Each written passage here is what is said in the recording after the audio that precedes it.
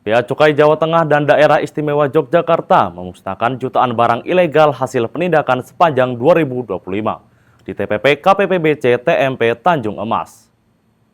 Sebanyak 24 juta batang rokok ilegal dan 37.000 liter minuman mengandung etil alkohol dimusnahkan sebagai bukti penegakan hukum dan bentuk pertanggungjawaban publik. Pemusnahan dilakukan dengan pembakaran jutaan batang rokok dan penghancuran ribuan liter MMEA menggunakan alat berat.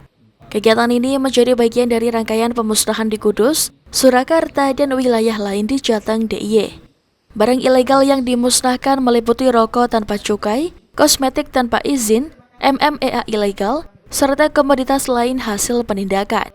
Nilai barang rokok ilegal mencapai 35,6 miliar rupiah dengan potensi cukai 17,9 miliar rupiah yang berhasil diselamatkan negara.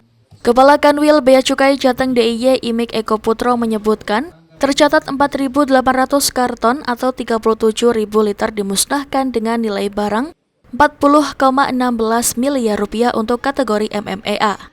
Imik juga menghancurkan lebih dari 1.000 paket kosmetik ilegal senilai 406 juta rupiah di area Tanjung Emas. Sepanjang 2025, penindakan rokok ilegal di Jateng DIY mencapai 2.291 kasus dengan total 129 juta batang yang diamankan.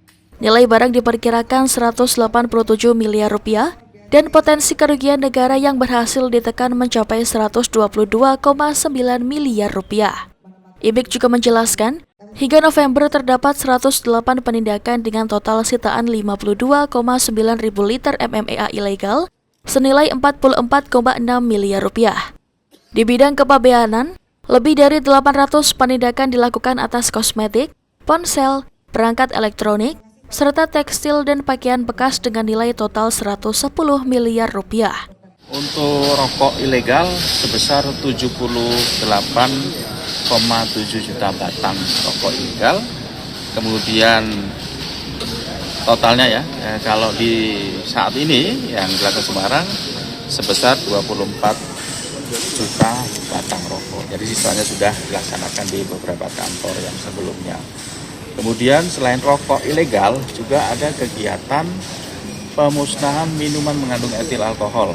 Kalau di semester 2 ini totalnya semuanya 51.000 liter minuman mengandung etil alkohol. Tapi di Semarang ini jumlah yang tersisa adalah 4.800 karton minuman mengandung etil alkohol atau sebanyak kurang lebih 37.000 liter.